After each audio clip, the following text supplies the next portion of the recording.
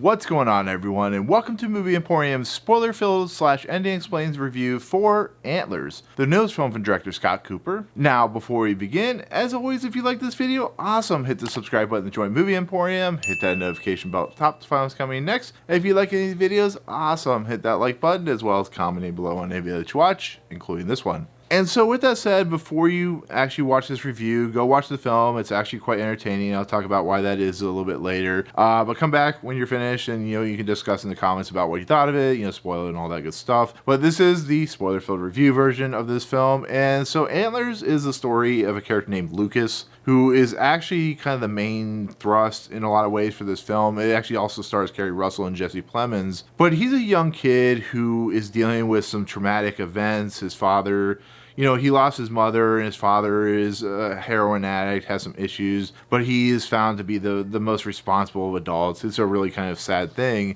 Well, at the beginning of this movie, him and his son are attacked in the mines of this small town, which has a lot of job loss, the whole thing of like the depression in a lot of aspects. And as this movie plays out, Lucas's character starts holding a dark secret, and so when we have Keri Russell's character come in the mix, who's an individual that has some really bad issues of coming to California, she moves back in with her brother because she is from this small town. Her brother's played by Jesse Plemons, who's a cop. She starts to notice that Lucas is starting to look weird in an essence of like he has his clothes are messed up, holes and stuff like that. He looks like he's very malnourished. He's also very reluctant and very kind of reserved, and he's always made fun of and stuff like that. So she starts to kind of investigate what is going on with Lucas. She's starting to try and get close to him, and we start to learn, because this is a horror film, because it's produced by Guillermo del Toro, that there is something much more sinister going on and much more sinister being put into play with this movie. And it's basically, before I get into the nuts and bolts, it's basically a film about trauma. It's a film about how we deal with that trauma, about abuse, which is very forefront in the movie. It's a movie about, individuals that are just put in situations that they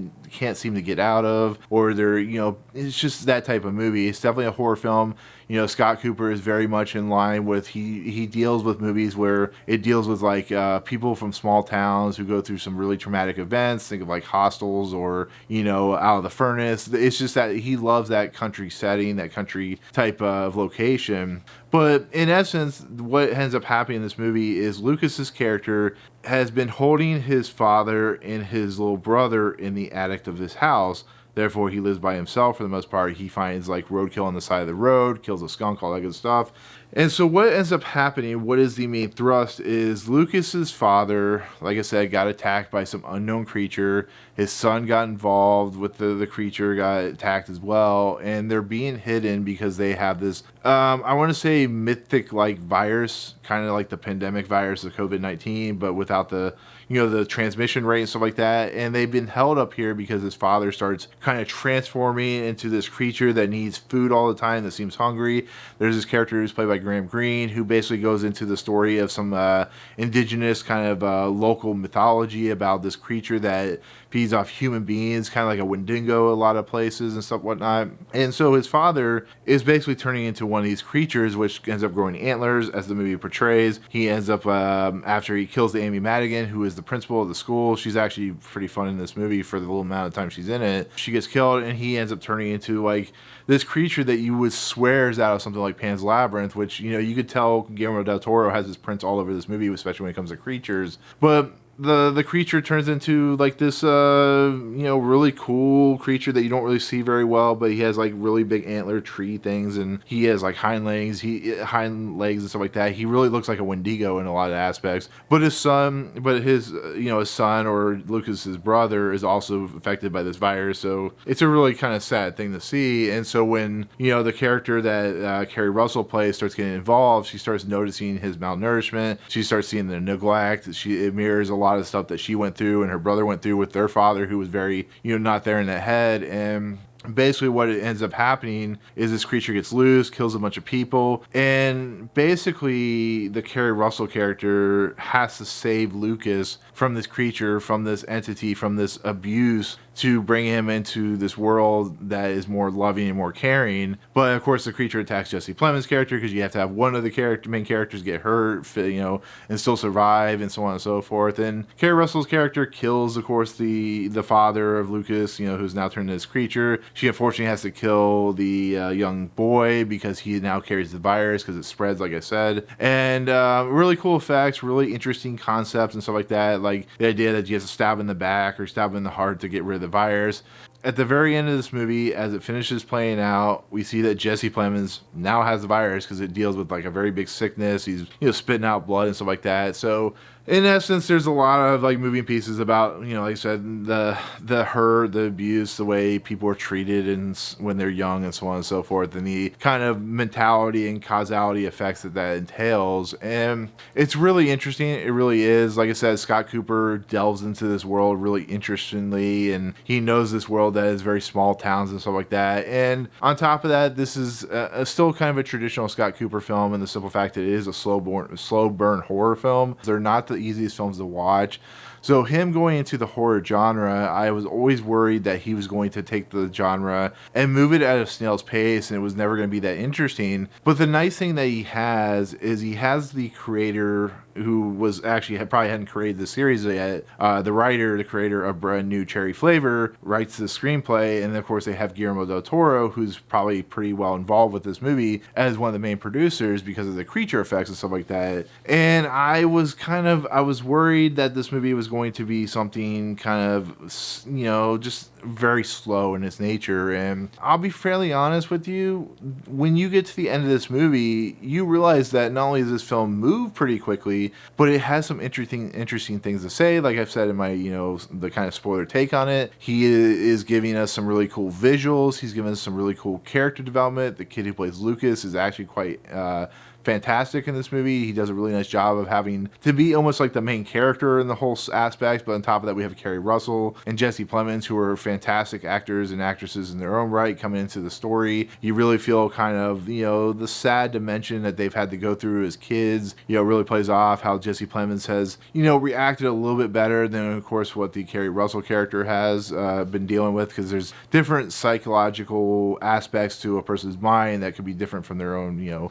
own kin, their own relatives and stuff like that. And I just found this movie quite entertaining. I really did. It's a great creature feature. It's a great horror film. It's, amazing. Like, the creature is really awesome in this movie. It feels very much like it could fit in Pan's Labyrinth, or it could fit in like Annihilation, the Natalie Portman film. And there is something kind of unique about this film that makes this one of the first true Scott Cooper films that's very accessible when watching it. There are some cool jump scares. There are some cool atmospheric type locations. The point where they go into the mine at the very end of this movie, and she is, the only thing she has is a flashlight, and the creature's behind her, but she doesn't notice it until the kid starts pointing at it, because Lucas goes with his brother because he's very protective of his brother. And when she turns around, we finally get the look of the creature, and it actually has the face, like the peeled face of Lucas's father on it. It's horrifying to watch, but it's almost mesmerizing, because it is a creature that has very naturalistic feel to it, but it's also something more outer worldly, I guess you could say, and it has roots and ties into a mythology and fantasy and stuff like that. This is a very mythological film. It's a very fantastical film. I would actually put this film in more of a fantasy film than I would put in a horror film, just in the simple fact that it feels like Pan's Labyrinth. It feels like stuff that Guillermo del Toro's worked on, like Shape of Water, where there's a fantasy element to it with the idea of this creature that comes from the forest and is a virus-led type of thing. And the very beginning of this movie, Keri Russell's character talks about mythology and the stuff like Goldilocks and the Three Bears and so on and so forth. So there is a really cool naturalistic approach to it that is very much in line with like Grimm's fairy tales and stuff like that. And that's just it's a weird, kind of fun, kind of strange journey to go on, because when you go into horror films, you expect to be horrified,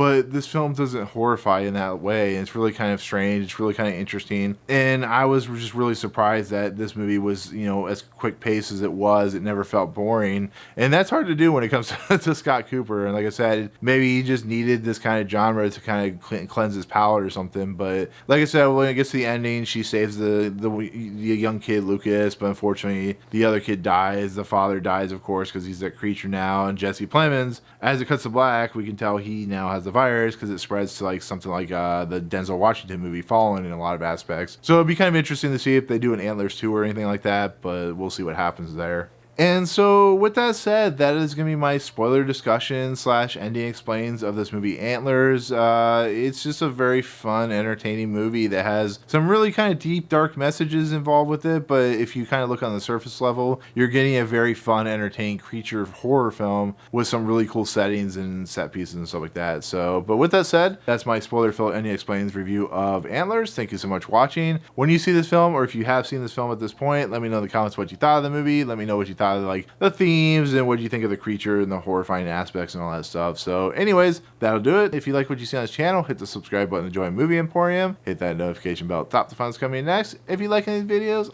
awesome. Hit that like button, and as always, we'll see you guys on the next video. Peace out.